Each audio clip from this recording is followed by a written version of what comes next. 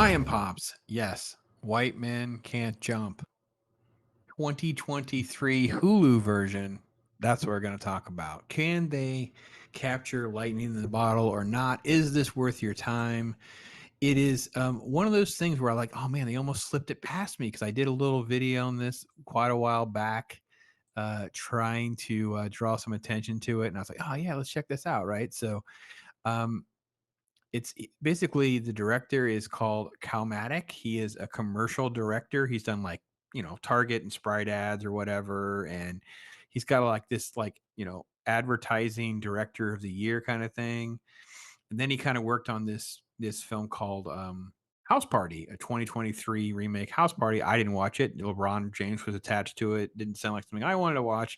But I don't know why I thought I should try to watch the Hulu version of White Men Can't Jump. That's right. Cinco Walls and Jack Harlow are cast as the black and white player. And yes, it's going to all sound very racist because they very much wanted to play on racist tropes over and over and over again. And while the essence of the film can sound very similar, basically basketball hustlers, right? The so all right. So Single Walls plays Kamal. Kamal is like the phenom who, in the senior year in a game, his father's very ill, and the father is sort of like Tiger Woods' dad, involved in everything in this quick little shot. And by the way, he is he's played by Lance Riddick, which is freaking amazing. By the way, anyway, he gets into a fight. He's a horrible temper. Gets into a fight, gets arrested. Anyway, just everything derails his career, and he's basically just a joke now. Now, Jack Harlow played for Gonzaga, like a superstar playing for Gonzaga, but then had like a ton of injuries. So he's like the injured superstar, blowing out ACLs, not just one, but both. Um, the scenes of him, he's just, and the first scene is kind of like at like a YMCA, like a pickup gym, right? And he's there like pushing this weird, vegan, juice type stuff and all this. So this is the general essence of them throwing together. And what's weird and what doesn't work is just that. Just their setup and their backstory is really, it's just not. I was 20 minutes in and it felt like an hour. I was like, oh my gosh, I just don't care about either one of these characters yet. They have these love interests that are just not interesting. I mean, Rosie Perez can grate on me, and her voice is just unbearable. But she was like this sweet, good intentioned girl trying to get on Jeopardy, and they're trying to figure out how to pay their debt back up to the mob. It was a very simplistic thing. Here, it's like white dude being a liar, popping pills, um, and just living some sort of fantasy dream to be in the NBA. And you're like, what? Like, and then the black dude is like, he's just such a temper. Like some dude just wants a selfie with him because recognize him from being like the young superstar, and it's like gets into a fight and loses his job or whatever, and you're like, "Oh, okay, I don't. I'm not saying you can't start bad and create some redemptive arcs, but number one, you got to give me something to go on that's at least interesting enough that I can grab my arm around. That never really did land for me. And then the interaction on the court, and I understand different era, right? We're talking 30 years. The language, the N bombs, the attitude, the approach, all of that was so much more grating and un I don't want to say uninteresting because it was worse than that. It's like it was unappealing. I just didn't want to watch it. Like I wasn't like like the original Wesley Snipes and stuff. It seemed more like, you know, FU smack talk. This was more like weird, I don't know, just weird, I don't know, rapper N-word conversations rather than an actual like blacktop fight. I don't know. Didn't buy it at all.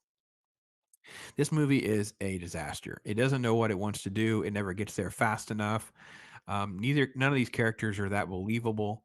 They're at least taller and bigger, so that part is at least a little bit better. There's like this weird standoffish white guy thing that um, the Jack Harlow character has an issue with. Like the problem with the Jack Harlow character, what's his freaking name? I'm sorry, Jeremy has like story arcs that run in all sorts of different directions. and he never knows what he wants to do. And the whole point is he'll blow his knee out and kind of have to do a coming of Jesus moment to give up the dream and become like a normal person. That's literally the story arc. Whereas the other kid, it's like if he can just overcome his anger issues and think about his pa who passes away, of course, right at the final game. And it's like, oh, therefore he can just be good enough. He's talented wise good enough. He can just get his mental head straight. Then he can just end up in this weird G League path to end up in the NBA. And that's kind of how the movie ends. It's terrible. It's so unbelievable. It's nothing about this movie works. Nothing. Get sound off. So it opens in this gym, like I said, YMCA gym, super nonsense. This guy, basically, he's just being a jerk in this scene. It's how we meet him. It's like anger issues or whatever. These are the two friends that are always like cutting up, talking, blah, blah, blah. And here's how they present him. This is the equivalent of the Woody Harrelson kid. But he's there in the gym, like, trying to sell this herbal mix stuff. And the weird thing is the dudes there in the gym all the time. Why are we treated like they've never run across one another? It just seems like one would run into the other at some point or another. I don't know. It was a weird contrivance compared to the way the original film handled it. And basically, it's exactly what you expect. White guy can play. You're racist. I'm racist. That kind of stuff.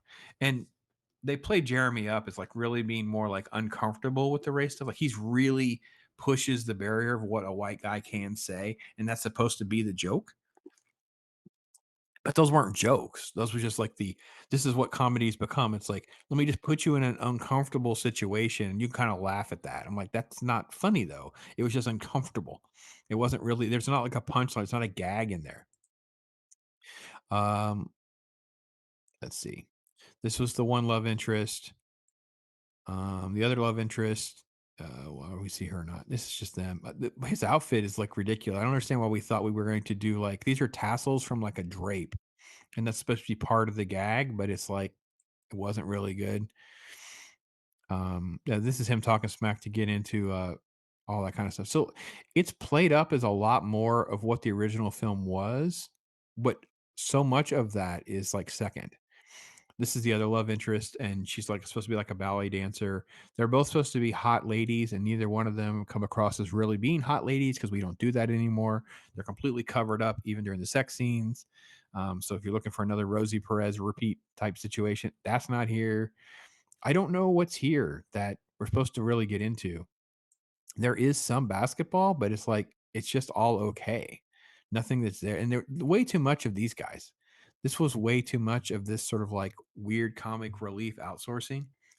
Um, Andrew Schultz, who's like a stand-up comedian, entertainer, YouTuber, he has a great part. It's like being this drug dealer, but it's like one scene that we completely forget about. And as far as we can tell, Jeremy still owes the dude money. I don't know. Never gets resolved. So, and they're playing for like 500 grand in the final game. That's supposed to be the life changing money. But I'm like, 500 grand after taxes, split four ways. And then it's like, but no, no, no. They all had these enlightening moments and their whole lives are completely changed. And I'm like, yeah, it doesn't make any sense. So, wish I could recommend it. A 2-star rating would be lenient. It's somewhere between like a 1.5 and 2-star. Like it's like a 3.5. Like it's one of these like, oh, I mean, I guess some of it's okay. I would never watch this again. Like I actually am just like I struggle to get through it. And it's like part of it is just the pacing is bad. There's never it's just everything feels out of place and just kind of thrown together and hodgepodge together. And I don't know exactly who to blame. Script, direction. I don't know where the positives are in it. I don't like any of it. I guess Jack Harlow is not really an actor. So I guess I actually thought he was okay in this role. He was fine. Synchro Walls, I guess I'm saying his name properly. He's done a lot of stuff, including like Friday Night Lights and stuff. But I think he's done like just sporadic things. I don't think he's had like a ongoing role of any like major length yet. I remembered him from Lance. He was Lancelot on Once Upon a Time. He had a few episodes as Lancelot, and like as far as I'm concerned, he's just like he's okay. He's not great, but he's not terrible. It's all just passable stuff. So that's my take. There you go. You guys can tell me what you guys think. Thank you. I'm Pops.